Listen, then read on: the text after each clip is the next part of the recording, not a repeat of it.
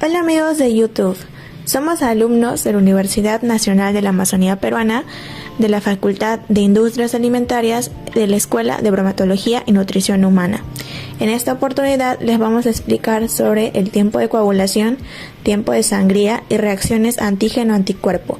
La cátedra está a cargo de la docente doctora Blanca María Díaz Bardales, de asignatura Análisis Clínico, y los expositores son González Murrieta Diego Rodrigo, Marichín Vázquez Sindelicet, Rengifo Barbarán de Videra Carol y Ruiz Vázquez Romy. Empezamos hablando sobre tiempo de coagulación y tiempo de sangría. Introducción. Existe una serie de análisis destinados a proporcionar información acerca del proceso de coagulación de la persona. Este control analítico nos permite detectar alteraciones en la sangre que puede desencadenar posibles complicaciones conocidas como trombos o hemorragias. Dentro de esos análisis se encuentra el tiempo de coagulación y el tiempo de sangre. Este perfil cobra especial interés sobre todo para aquellos pacientes que van a ser intervenidos quirúrgicamente, ya que podrían requerir algún tratamiento anticoagulante. Tiempo de coagulación. Es una prueba que mide el tiempo en que tarda la sangre en formar un coágulo. Es el proceso por el cual la sangre pierde su liquidez, tornándose similar a un gel en primera instancia y luego sólida, sin experimentar un verdadero cambio de estado. Tiempo de sangría. Es una prueba médica que mide qué tan rápido los vasos sanguíneos pequeños en la piel detienen el sangrado. En la gran mayoría de los casos, un análisis de tiempo de sangría es prescrito cuando existe, por ejemplo, un síndrome hemorrágico que no puede explicarse por una anomalía de coagulación. ¿Para qué sirven estas pruebas?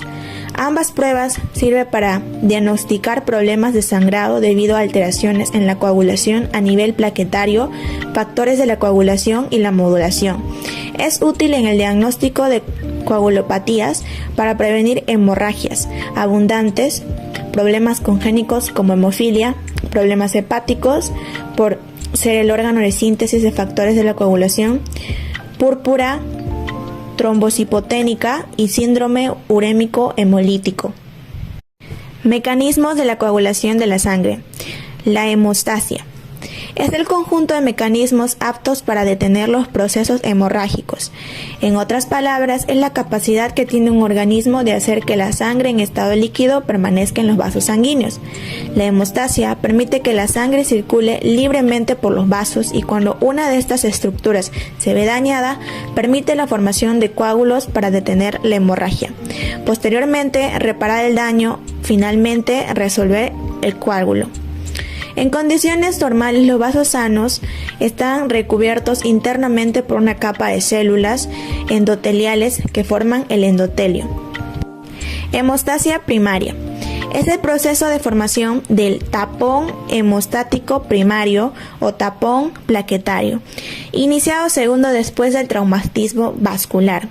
El tapón se forma porque las plaquetas se adhieren fuertemente al colágeno libre del vaso sanguíneo dañado. Esto desencadena la liberación de múltiples sustancias químicas como el ADP, el que aumenta la agregación de las plaquetas, permitiendo una mayor unión entre esos elementos figurados. Al finalizar el proceso, el tapón ya está formado. Hemostasia secundaria, comúnmente llamada coagulación.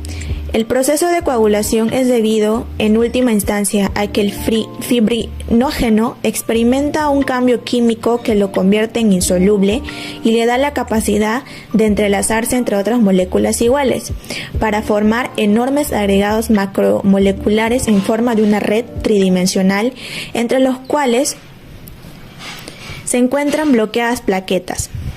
El fibrinógeno, una vez transformado, recibe el nombre de fibrina. La coagulación es por lo tanto un proceso enzimático complejo, por el cual el fibrinógeno soluble se convierte en fibrina insoluble, capaz de polimerizar y entrecruzarse, formando el coágulo secundario estable e insoluble. Cuando el proceso de coagulación se altera, suelen aparecer hemorragias tardías, muchas veces en forma de hematomas, que es la colección de sangre, en músculos o articulaciones. Entonces, cuando una lesión afecta la integridad de las paredes de los vasos sanguíneos, se ponen en marcha una serie de mecanismos que tienden a limitar la pérdida de sangre. En la sangre y en los tejidos se han encontrado más de 50 sustancias importantes que causan o afectan a la coagulación sanguínea. Unas que estimulan la coagulación llamadas procoagulantes y otras que inhiben la coagulación, llamadas anticoagulantes. El que la sangre se coagule o no depende del equilibrio entre estos dos grupos de sustancias, pues en el torrente sanguíneo predominan generalmente las anticoagulantes, por lo que la sangre no se coagula mientras está en circulación en los vasos sanguíneos. Sin embargo, cuando se rompe un vaso, se activan las procoagulantes de la zona del tejido dañado y anulan a las anticoagulantes y así aparece el coágulo. Preparación para la prueba de tiempo de coagulación y tiempo de sangría.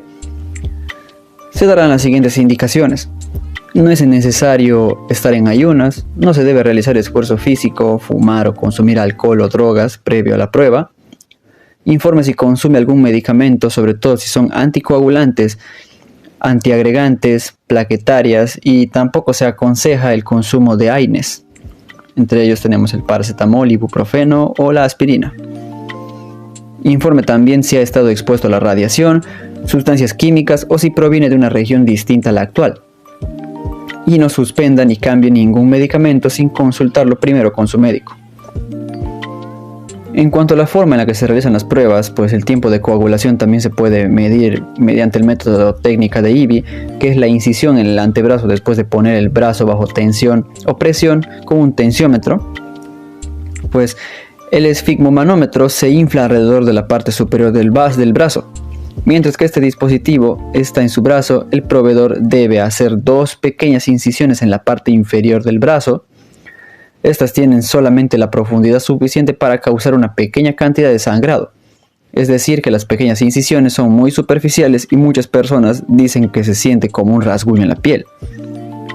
El esfigmomanómetro se desinfla inmediatamente y se tocan las incisiones con papel secante cada 30 segundos hasta que el sangrado se detenga. Y se registra el tiempo que toma para que se detenga el sangrado de las heridas. Un resultado normal va de 3 a 5 minutos. En cuanto al tiempo de sangría, el método técnica de Duke, incisión mínima sobre el lóbulo de la oreja, también se puede usar, pues se pincha al paciente con una lanceta, preferentemente en el lóbulo auricular o en la yema de los dedos, se limpia la sangre con un papel de filtro cada 30 segundos y el examen termina cuando cesa la hemorragia.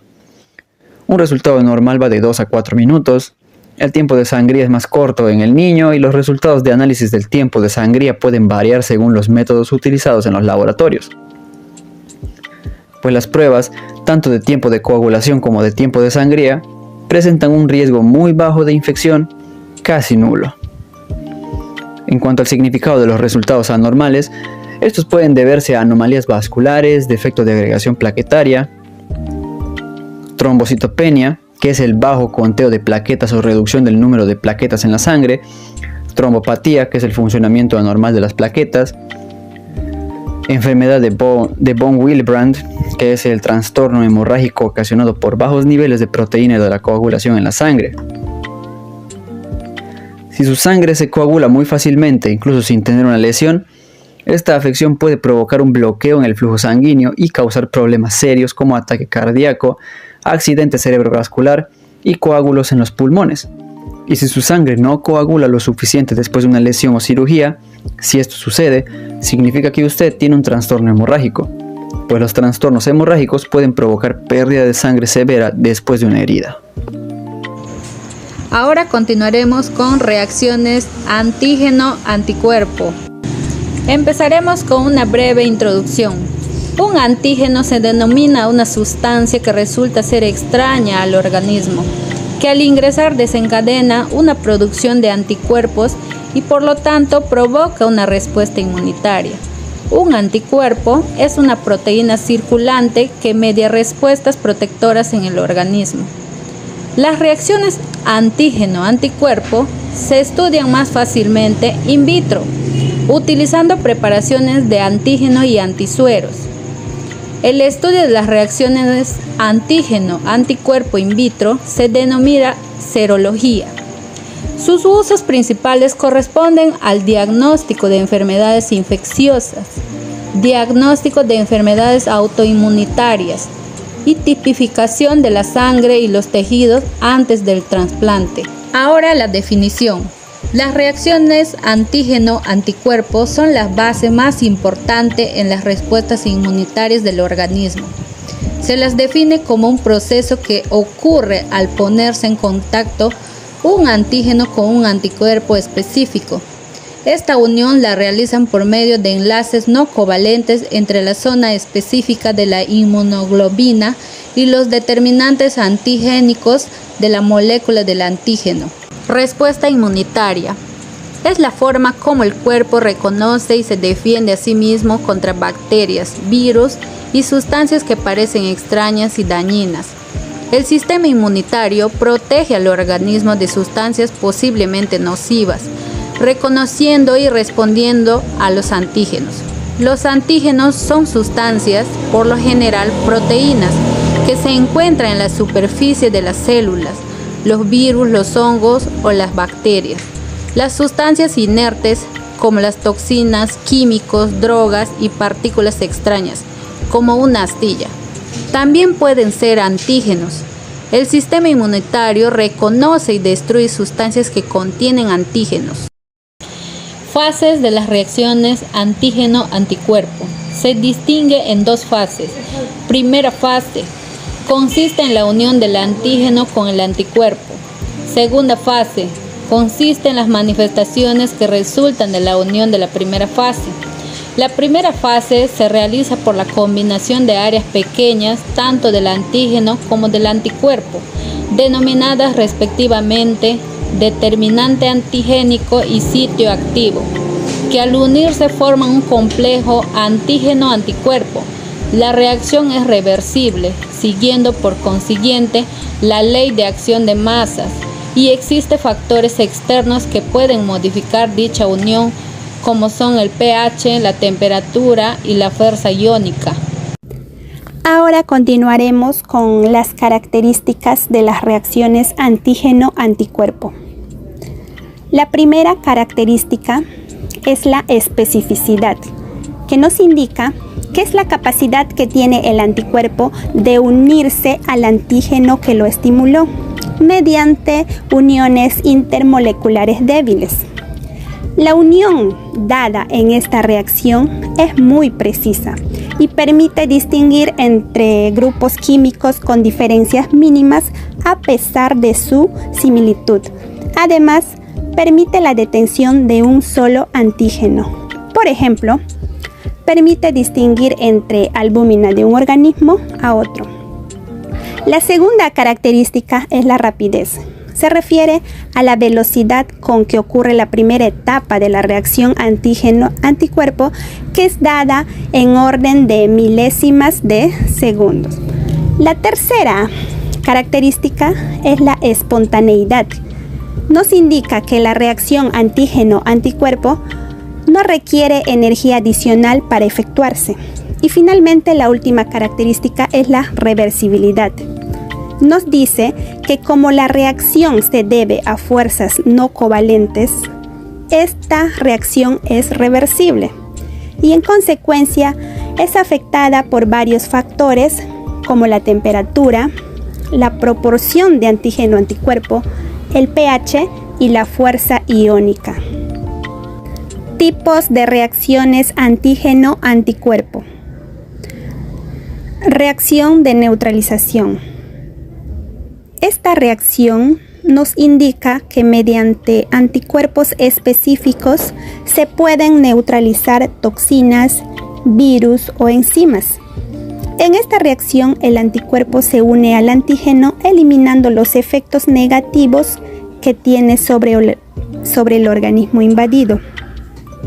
Es decir, si el antígeno es una sustancia tóxica, la unión con el anticuerpo provoca su neutralización, de modo que no puede ejercer su efecto tóxico. Un dato importante que tenemos que saber es que un antisuero que contiene anticuerpos neutralizantes contra una toxina se denomina antitoxina. Y un ejemplo son las antitoxinas botulínica y tetánica producidas por la bacteria Clostridium. Reacción de precipitación. Se da cuando los antígenos solubles se combinan con anticuerpos solubles en presencia de un electrolito a una temperatura y pH adecuados para formar un complejo visible e insoluble. Es útil como por ejemplo para el diagnóstico de anthrax y la determinación de adulteración en los alimentos. Es decir, que en esta reacción el antígeno se encuentra disuelto y al unirse los anticuerpos a los antígenos se forman unos macrocomplejos moleculares, formándose como una red tridimensional que debido a su tamaño precipita. Algo importante que tenemos que saber es que para que la precipitación ocurra en forma máxima se necesita que tanto el antígeno como el anticuerpo estén en concentraciones óptimas. Reacción de aglutinación. Los antígenos, es decir, los aglutinógenos, se encuentran en la superficie de bacterias u otras células y cuando se unen con los anticuerpos originan puentes entre ellos, formándose agregados, lo que facilita su destrucción. Es decir, en las reacciones de aglutinación, un anticuerpo puede unirse a la vez a dos antígenos. Asimismo, cada antígeno puede unirse a varios anticuerpos y formar un entramado de complejos antígeno-anticuerpo. Se utiliza en los análisis de sangre para el diagnóstico de fiebre entérica. Finalmente, la última reacción antígeno-anticuerpo es la opsonización. Los microorganismos o las partículas antigénicas son fagocitadas más rápidamente por los fagocitos si tienen anticuerpos en su superficie. Los microorganismos recubiertos de anticuerpos se dice que están opsonizados. La opsonización mediada por anticuerpos consiste en la unión del anticuerpo a los antígenos presentes en la superficie del patógeno. Es decir, en esta reacción el anticuerpo puede recubrir al antígeno para que sea reconocido por los fagocitos. Y es como si los antígenos fueran más sabrosos para ser fagocitados. Por otro lado, las opsoninas son moléculas que recubren los microorganismos, facilitando su fagocitosis. Pero no siempre son moléculas específicas como los anticuerpos, sino que también pueden ser moléculas inespecíficas como las proteínas del complemento. En cuanto a las proteínas del complemento, se llaman así porque estas ayudan o complementan a los anticuerpos. Este sistema está formado por unas 20 proteínas plasmáticas del tipo de las globulinas, que a diferencia de los anticuerpos, siempre están presentes en el plasma. Estas proteínas intervienen en la opsonización de células ajenas al organismo y en la lisis de otros patógenos. Cuando una proteína del sistema del complemento se fija al complejo antígeno-anticuerpo, comienza la activación del resto de proteínas del sistema del complemento, formándose una enzima que rompe la membrana de la célula invasora, provocando su lisis. Eso es todo en cuanto a nuestra exposición. Muchas gracias.